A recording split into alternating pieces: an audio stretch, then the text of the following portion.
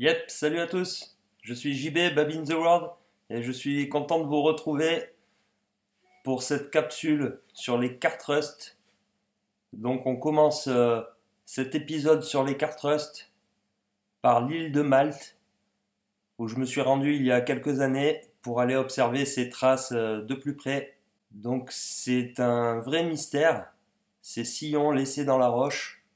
On ne sait par qui, on ne sait par quoi. Donc voici le livre que j'ai acquis à mon arrivée sur l'île. Et voici la carte et les sites répertoriés sur l'île. Plus de 70 sites sur cette île qui fait seulement 320 km². Donc c'est un tout petit îlot séparé en deux îles, l'île de Malte et l'île de Gozo. Donc on commence ici par des traces qui ne sont pas des cartes Rust.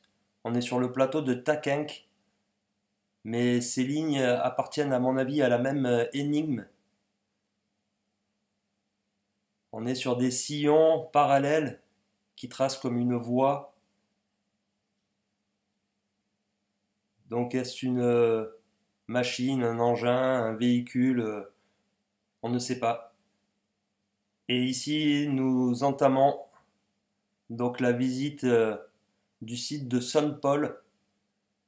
C'est un des sites où on peut voir le plus de ces traces, après le site de Clapham Junction, l'autre site fameux de l'île.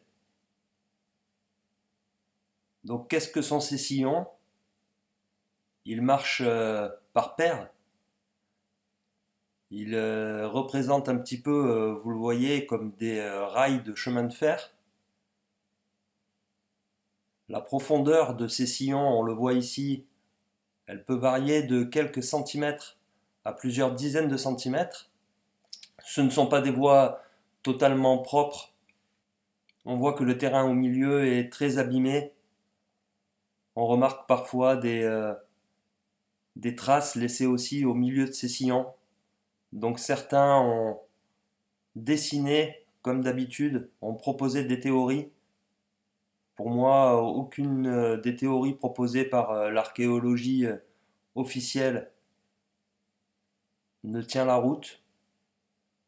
Toutes les théories sont heurtées à la réalité du terrain, c'est-à-dire une incompréhension totale. Alors, bien évidemment, moi j'ai ma petite théorie, vous allez en voir d'autres et en entendre d'autres pendant ce documentaire. Aucune n'est vraiment vérifiée,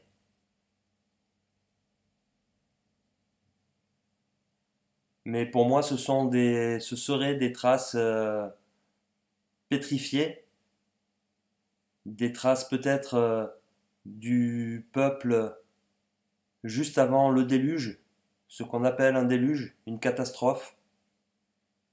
Donc admettons que ce sol à l'époque soit un peu comme de la terre de nos jours, puis la catastrophe survient, les gens arrêtent d'emprunter ces voies, les traces se figent, un petit peu comme des empreintes de dinosaures qu'on a pu également retrouver ailleurs sur la planète. Ces traces, elles sont visibles un petit peu partout dans le monde. Hémisphère nord, hémisphère sud, on en trouve un petit peu dans tous les pays. Vous verrez ça aussi au cours de ce reportage. Donc voilà, moi ce que je peux vous dire de ces traces. Sur cette île, les sites sont très nombreux, les mégalithes sont très nombreux aussi. Vous connaissez l'île de Malte également pour ses sites mégalithiques. Donc est-ce que ces traces appartenaient aux bâtisseurs des mégalithes? Est-ce que ces traces appartenaient aux Templiers par exemple? Pourquoi pas? On sait que les Templiers sont passés par ici. Non mais pour moi tout ça ne tient pas la route et ces traces sont beaucoup plus anciennes que ça. On finira bien peut-être un jour par découvrir la vérité autour de ces mystères. Je vous dis à bientôt. Salut!